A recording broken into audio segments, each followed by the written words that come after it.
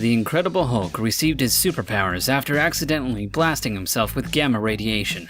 Wolverine's powers were the result of a genetic mutation. However, if you think superpowers are the stuff of comic book fiction, you'd be wrong. Bangs to the head, illnesses, and other unfortunate events have caused real people to be able to do things they couldn't do before. Superhuman things the average person can't do. Let's investigate. Here's our top 10 people who gained superpowers after terrible accidents.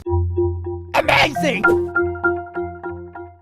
Number 10. Nikolai Kryagliachenko. Our first superhero story takes us to the Omsk region of Russia. In 2014, 12-year-old Nikolai Kryagliachenko was walking home from school when he decided to stop and lean against a lamppost. Unfortunately, the lamppost had some faulty wiring. Young Nikolai received an electric shock and was blasted across the pavement. The next day, Nikolai found that metal objects were sticking to him. He dropped his spoon while he was eating and it stuck to his chest. He could stick coins and cutlery to his face. What's more, by using the power of his mind, he could give his friends the same powers. Had Nikolai really gained superpowers when he was electrocuted by the lamppost? Was he a real-life version of Magneto from X-Men? Scientists are skeptical, saying that electrocution can't lead to people becoming magnetic. They suggested he may have eaten something that had made him magnetic, or that he has smooth and sweaty skin that objects can stick to, or maybe he just covered himself in glue. As for Nikolai, he wants to put his skills to good use and be a superhero when he's older.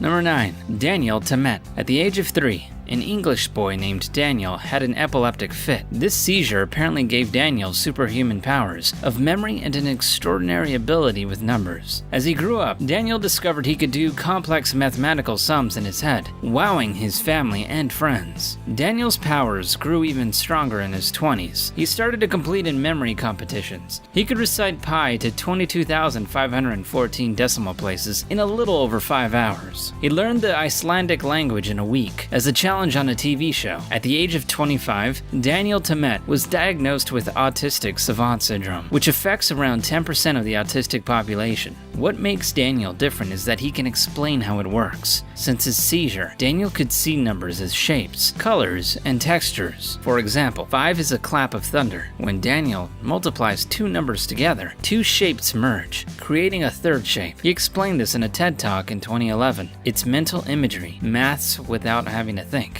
Number 8. John Sarkin. When he was 35, New Jersey chiropractor John Sarkin developed ringing in his ears, which required brain surgery to fix. Unfortunately, he then suffered a stroke, and part of his brain had to be removed. Almost as soon as he left the hospital, John became obsessed with drawing. He would doodle, draw, and paint every waking hour. Despite never showing any interest or flair for art before, when John returned to work, he soon discovered that twisting spines wasn't for him anymore. Wondering if his new passion could make him any money, he sent some ghostly pictures off to the New Yorker magazine. To his delight, the magazine bought them. He's been a professional artist ever since. His paintings sell from upwards of $10,000, and Tom Cruise's movie production company bought the rights to his life story. Did his stroke and brain surgery remove the part of the brain and give him superhuman painting powers? Experts are baffled as it's so rare. We'll have to wait for the movie to tell us.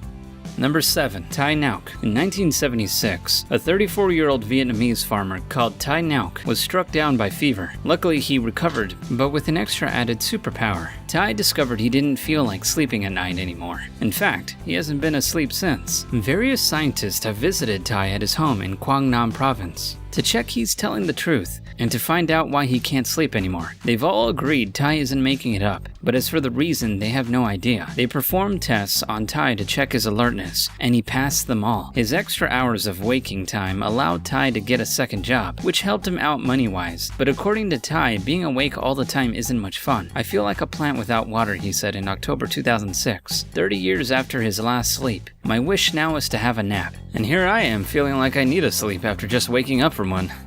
Number 6. Jason Padgett. Jason Padgett was leaving a karaoke bar in Tacoma, Washington in 2002 when he was brutally mugged and punched in the head. The hospital treated him for concussion, sending him home that night. When he woke up the next morning, 31-year-old Jason realized he could see geometric shapes everywhere he went. Everything he could see was made up of fractals. For the next 3 years, he barely left the house. Suffering from depression, eventually, Jason began to try to draw the shapes that were in his head. He produced drawings like this and this. totally by hand. He also enrolled in college to study mathematics. Doctors diagnosed Jason with acquired savant syndrome, but were at a loss to explain his new superpower. Some believe the blow to his head destroyed the part of his brain that deals with object boundary formation. MRI scans saw increased activity in the left parietal lobe, where the brain does mathematical calculations. This part of the brain is making up for the other part that was damaged. One thing is true, Fractal Man doesn't do karaoke anymore.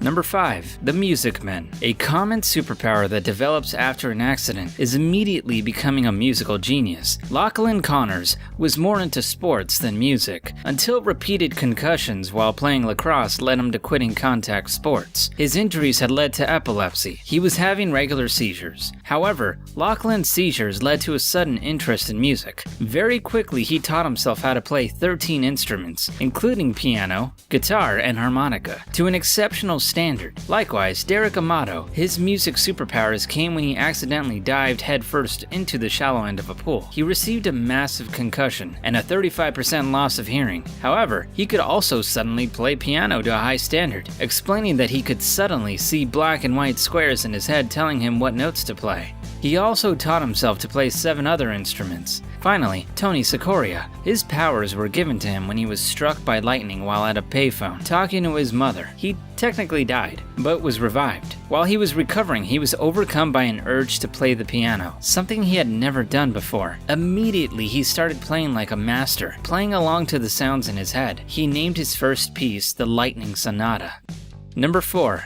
Daniel Kish. Before he was a year old, Daniel Kish had to have both of his eyes removed. He was born with an aggressive form of retinal cancer called retinoblastoma. Almost straight away, he developed a way of navigating around his environment. He made a clicking noise with his tongue, and by listening to how the echoes of the click bounced off the surface, he could determine his way around. Daniel could even tell what was in his way by listening to the sound of the echo. Cars have a metallic echo, trees a hard echo. Daniel was so adept at this technique, he eventually was able to ride a bike without stabilizers and travel the world without assistance. The technique is called echolocation and is the same method that enables bats to fly in the dark. It's no surprise Daniel's friends call him Batman. Ben Underwood was another pioneer of this technique, achieving fame through the TV show 2020 Medical Mysteries. He was able to ride a bike, play basketball, and rollerblade using echolocation.